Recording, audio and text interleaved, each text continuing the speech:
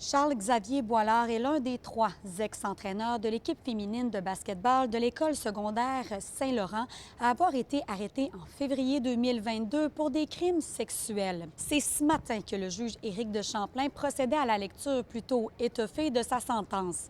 Le verdict, Boilard devra passer 48 mois dans une prison provinciale pour avoir exploité sexuellement une élève de son école alors qu'elle était âgée entre 16 et 17 ans. Le juge a dit, je cite, « De fil en aiguille, le délinquant a franchi les limites de la relation joueuse-entraîneur en posant des gestes de nature sexuelle à l'égard de la victime. » Il ajoute que par ces gestes, le délinquant a brisé le lien de confiance et d'autorité non seulement avec la victime, mais aussi avec les autorités scolaires et la société en général. Rappelons que les gestes à caractère sexuel se sont déroulés entre avril 2010 et avril 2012 par intermittence. Le ministère public proposait une sentence de 5 ans, alors que la défense espérait plutôt une sentence de 2 ans. Ce qui semble pour moi ressortir en premier de cette décision-là, c'est que le juge a vraiment entendu la douleur de la victime, a reconnu sa vulnérabilité. La deuxième chose que j'ai remarquée, c'est que la décision du juge m'apparaît extrêmement fouillée, soigné,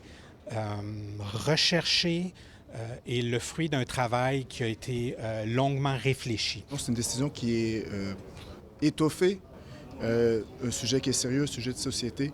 Vous savez qu'il y a un autre volet, par contre, civil, alors je vais faire preuve de réserve. Rappelons que cette histoire avait fait couler beaucoup d'encre. En février 2022, des policiers étaient débarqués à l'école secondaire Saint-Laurent pour arrêter 3 entraîneurs de basketball, Charles-Xavier Boilard, Robert Loup et Daniel Lacaze. Daniel Lacaze avait été acquitté en février 2025 d'exploitation sexuelle et d'agression causant des lésions corporelles. Croyez-vous que cette décision-là va avoir peut-être un impact sur justement la décision qui pourrait être rendue au mois de mars pour le 3e entraîneur? C'est certain que cette décision-là sera soumise à Mme la juge dans le dossier du 3e entraîneur.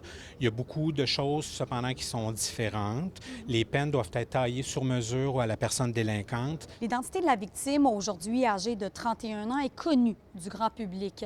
Lorsque les procédures ont commencé, Shabeka Taylor avait levé l'interdit de publication sur son identité. Elle entame aussi des procédures au civil pour 3 millions de dollars. À Montréal, Marie Cassimard pour Nouveau Info.